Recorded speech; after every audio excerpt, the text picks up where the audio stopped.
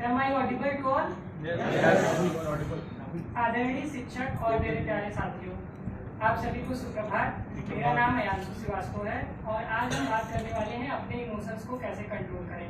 हम सभी में इमोशंस होते हैं, कुछ कॉमन इमोशंस होते हैं जैसे कि हैप्पीनेस, सैडनेस, फियर और एंगर। इन सब में भी जो सबसे ज़्यादा होता है वो फियर होता है। हम सब में कुछ ना कुछ खोने का डर होता है, जैसे क्या कहते हैं किसी चीज़ को या कुछ खोने का डर होता है। जैसे मेरे अंदर था, मैं हमेशा बचपन से घर पे रहा हूँ, तो मेरे लिए कहीं यहाँ पे आने का था कि मैं कैसे एडजस्ट करूँगा, कैसे रहूँगा, कभी बाहर रहा नहीं हूँ, तो उस चीज़ का फियर था। ऐसे ही वगैरह वगैरह अलग अलग फियर होते हैं लोगों के।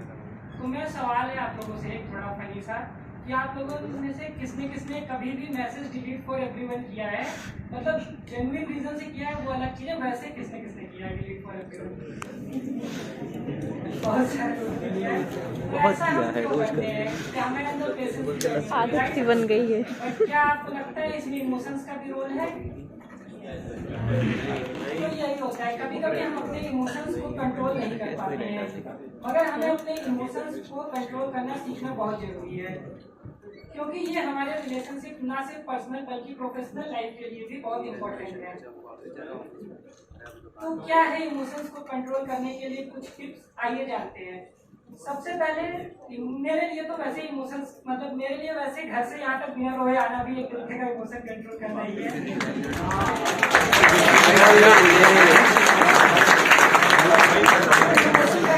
कंट्रोल करने के लिए सबसे पहले हमें अपने इमोशंस को जानना जरूरी होता है कि हम क्या फील कर रहे हैं। अगर हमें पता ही नहीं है कि हम कैसा फील कर रहे हैं, तो हम अपने इमोशंस को कैसे कंट्रोल करेंगे। इसीलिए हमें अपने आप को समय देना चाहिए और समझना चाहिए कि हम कैसा फील कर रहे हैं। एक बात और है कि अक्सर लोग अपने इमोशंस को शेयर करने से घबराते हैं या दबाते हैं, और उन्हें लगता है अपने इमोशंस अगर शेयर करेंगे तो लोग हम पर हंसेंगे, लेकिन ऐसा नहीं करना चाहिए। अगर आप अपने इमोशंस लोगों के साथ शेयर नहीं करेंगे तो आप धीरे धीरे डिप्रेशन में जाने लगेंगे, और फिर अगर कोई सामने से भी आकर आपसे पूछेगा कि आपको क्या हुआ है, आप कैसा फील कर रहे हैं, तो आप कहेंगे अभी हम कुछ नहीं बता सकते, अभी हम डिप्रेशन में हैं। इसके अलावा इमोशंस को कंट्रोल करने के लिए पॉजिटिव माइंडसेट की, पॉजिटिव एटीट्यूड होना भी जरूरी होता है। कभी कभी हमारा एटीट्यूड काफी निगेटिव हो जाता है, तो हमारे लिए इमोशंस कंट्रोल करना मुश्किल होता है। जैसे मतलब एंगर में हम लोग कभी बहुत जल्दी रिएक्ट कर देते हैं। तो पॉजिटिव माइंडसेट और एटीट्यूड रखने से हमें इमोशंस को कंट्रोल करने में काफी मदद मिलती है। हमें अपने रिएक्शंस को भी कंट्रोल करना चाहिए। अगर हम अपना पहले से ख्याल नहीं रखते और हमें नहीं पता कि हमें किस सिचुएशन में कैसे रिएक्ट करना है, तो हमें अपने इमोशंस को कंट्रोल करने में काफ़ी दिक्कत होती है, और ये हमारी रिलेशनशिप्स के साथ साथ प्रोफेशनल लाइफ को भी काफ़ी इफेक्ट करते हैं।